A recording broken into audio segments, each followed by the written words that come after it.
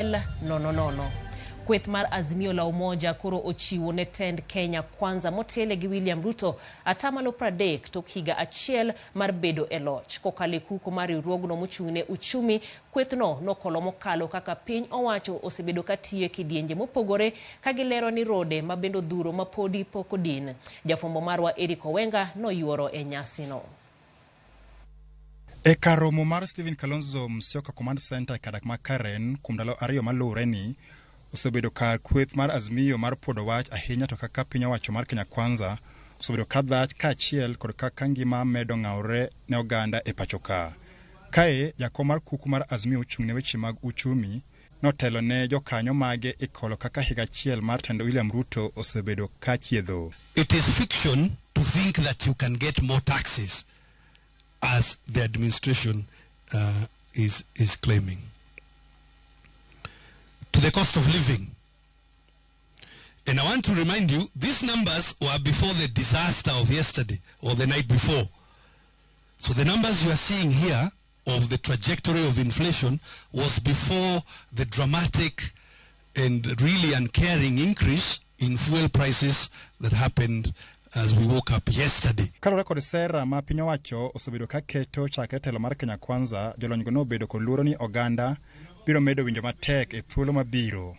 The government targets to construct 250,000 houses. What does that mean? On average, the unit cost per house is 292,000. The big question is, what kind of a decent house can you build with 292,000? In the 3 months alone of protests, we lost 70 citizens who were shot point blank by police. That are possibly many more people.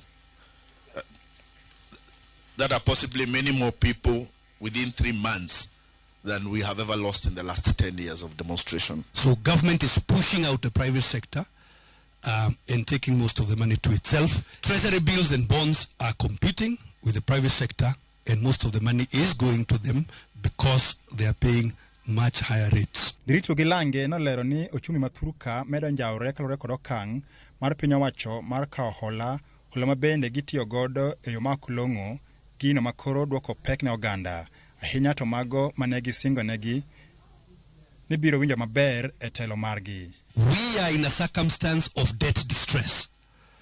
Debt distress for the nation is the same as for you as a person.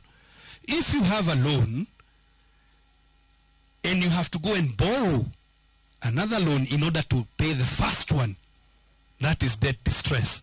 And that's exactly what is happening to the country. If you look at market capitalization, this last year of Kenya Kwamza regime, market capitalization in the NSE has gone down about 29-30%.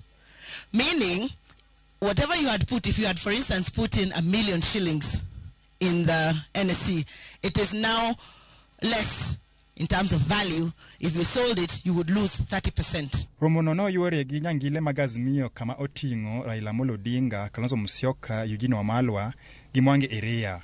Kae Odinga no chiwo marks mar Azimio ne piny owacho. This assessment has been done, and we have done the rating on the basis of the information you have received here.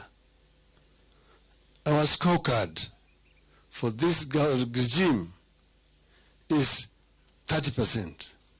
That is D-.